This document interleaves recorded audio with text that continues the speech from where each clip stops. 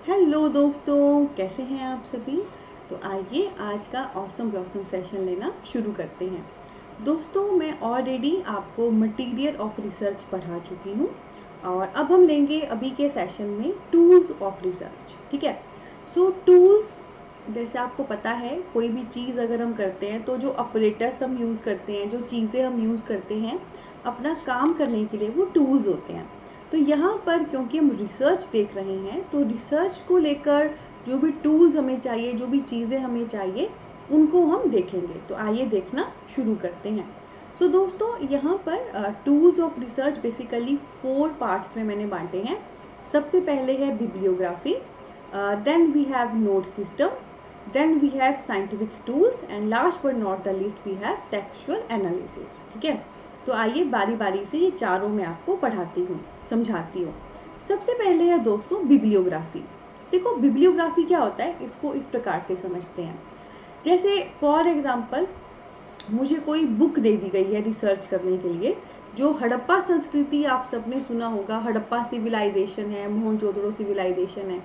तो for example कोई book है, वो हड़प्पा संस्कृति पे लिखी गई है। ठीक है।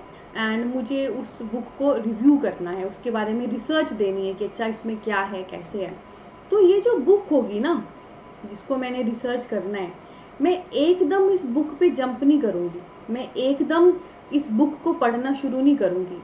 उससे पहले इस बुक से संबंधित जो भी और बुक्स हैं, जर्नल्स हैं, रिव्यूज़ हैं, मैं उनको इकट्ठा करूँगी, मैं अपना बेस मजबूत करूँगी, ताकि फाइनली इन बुक्स, जर्नल्स और रिव्यू से होकर फाइनली जब मैं इस बुक पे जंप करूं तो इस बुक को मैं अच्छे से रिसर्च कर पाऊं, इस बुक को मैं अच्छे से जस्टिफाई कर पाऊं। तो दोस्तों, वही होता है बिब्लियोग्राफी। बिब्लियोग्राफी में आपकी वो सभी बुक्स, जर्नल्स, रिव्यू या कुछ भी ऐसा लिखित आता है जिसको आप as a base, as a resource follow करते हो अपने फाइनल रिसर्च को करने के लिए। ठीक है। और बिब्लियोग्राफी में बेसिकली 3 पर्सपेक्टिव हम फॉलो करते हैं। वो कौन कौन से पर्सपेक्टिव हैं देखिए।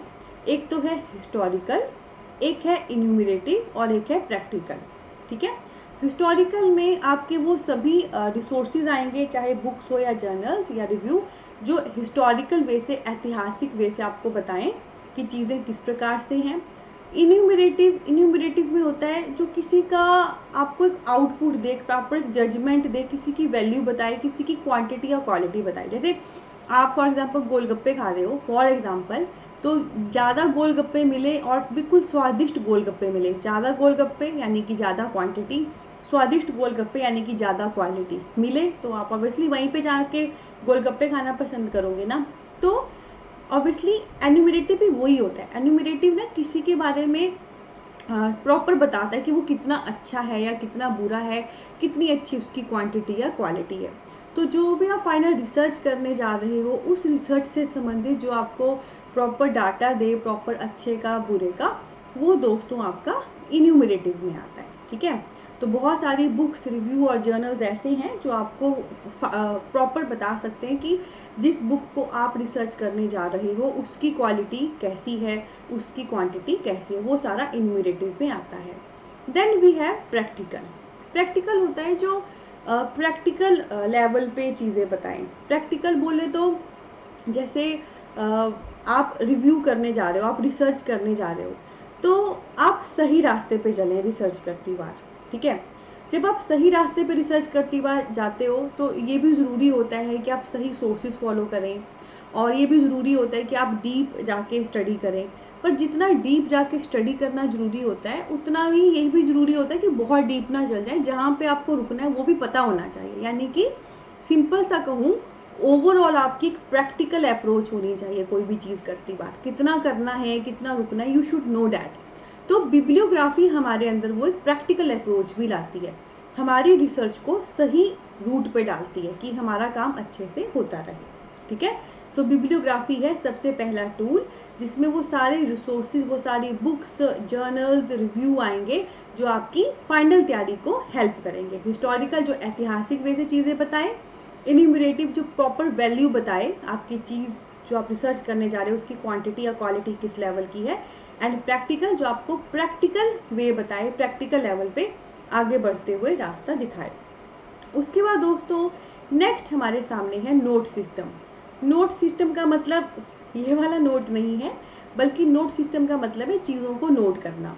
अब जो पहला स्टेप था बिब्लियोग्राफी, हाँ जी आप हिस्टोरिकल, इन्यूमरेटिव, प्रैक्टिकल वे से देख रहे हो, हाँ जी आपने बड़ी सारी बुक्स ले ली, रिव्यू ले लिए, जर्नल ले लिए, पर अब सारा का सारा काम का नहीं है ना।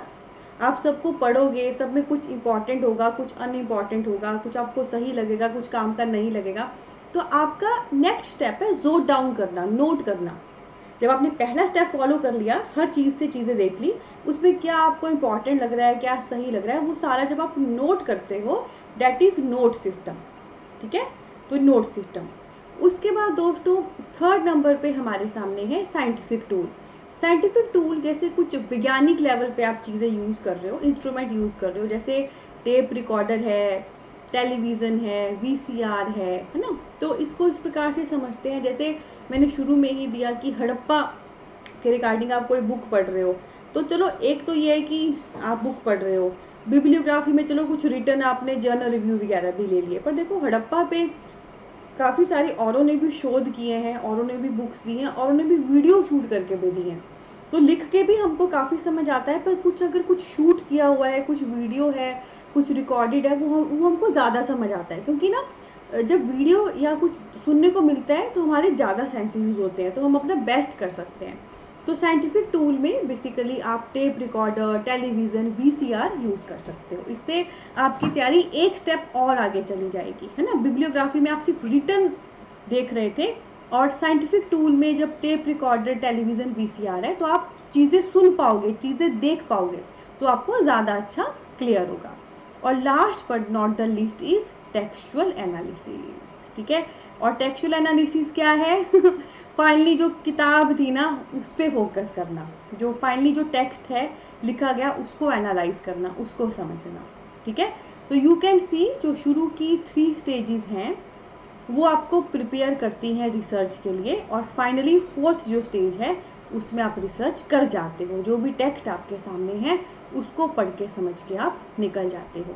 ठीक है, और आपको पता है एक रिसर्चर की सबसे बेस्ट क्वालिटी यही है कि वो एकदम टेक्सचुअल एनालिसिस पे जंप ना करे, वो एकदम जो पढ़ना है, समझना है, उस पे ना आए, बल्कि सबसे पहले अच्छे से खुद को प्रिपेयर करें। वो कहावत है ना, जितना स्वेटिंग आप प्रेपरेशन में, प्रैक्टिस में बहाओगे, उतना ही खून आपका जंगे मैदान पे कम बहेगा। यानी कि जितना आपने शुरू से खुद को प्रिपेयर किया है, उतना ही जब आप फाइनल अपना वर्क करोगे तो आपको दिक्कत नहीं होगी।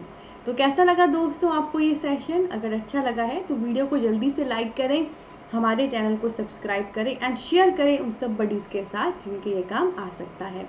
और दोस्तों आज ही डाउनलोड करिए इंडिया का सबसे पहला pocket friendly education app pocket पढ़ाई। लिंक नीचे वीडियो की डिस्क्रिप्शन में दिया गया है, आप वहां से ज्वाइन कर लीजिए। आगामी एनटीए के लिए जो फुल फ्लैश्ड कोर्स है वो लॉन्च हो चुका है। ठीक है, और हाँ, बहुत ही खूबसूरत परिवार है हमारा, Insta, Telegram, Unacademy and Facebook पे आप हमें वहाँ सब भी फॉलो कर सकते हैं। बहुत सारा प्यार, बहुत सारी ब्लेसिंग।